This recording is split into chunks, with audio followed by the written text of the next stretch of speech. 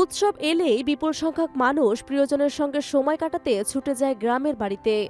এতে যানবাহনের চাহিদা বেড়ে যায় কয়েক গুণ। আর এই সুযোগে মহাসড়কগুলোতে বেড়ে যায় ফিটনেসবিহীন গাড়ির দৌরাত্ম্য। পুরনো লক্কর ঝক্কর গাড়িতে রং মাখিয়ে নামানো হয় সড়কে। ফিটনেসবিহীন এসব গাড়ি রাস্তায় বিকল হয়ে তৈরি হয় যানজট।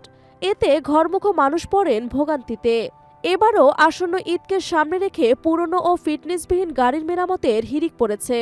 সরেজমিনে দেখা যায় গ্যারেজগুলোতে দুর্ঘটনায় বেঁকে যাওয়া গাড়ির ঝালাই দিয়ে মেরামত করছেন কর্মচারীরা। আবার কেউ কেউ বহু বছরের পুরনো গাড়ির গায়ে রং লাগিয়ে নতুন রূপে সাজাচ্ছেন। গাড়ির ইঞ্জিনেও কাজ করছেন অনেকেই। পুরনো গাড়ি অনেককে মেরামত করতে দেখা গেছে। মূলত ঈদে যাত্রীদের দৃষ্টি কাড়তে এই আয়োজন।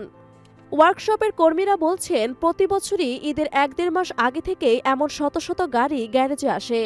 তখন দিনরাত এক করে এসব গাড়ি মেরামত করা হয়। কোনোটা আবার রং করে নতুনের মতো করে দেয়া হয়। পরিবহন চালকরা বলেন, প্রতি বছরই তারা ঈদের আগে গাড়ি মেরামত সহ রঙের কাজ করান। আর গাড়ি নতুনের মতো না দেখালে যাত্রীদের দৃষ্টি আকর্ষণ হয় না, তাই পুরাতন গাড়ি রঙিন করা হয়। প্রতি বছরই ঈদের সড়কে দুর্ঘটনায় ঝরে পড়ে শতাধিক প্রাণ। আর এসব দুর্ঘটনার অন্যতম কারণ ফিটনেসবিহীন যানবাহনগুলো। এছাড়া মহাসড়কে মোটরসাইকেল ও 3 হুইলারের চলাচল নিয়ন্ত্রণও জরুরি।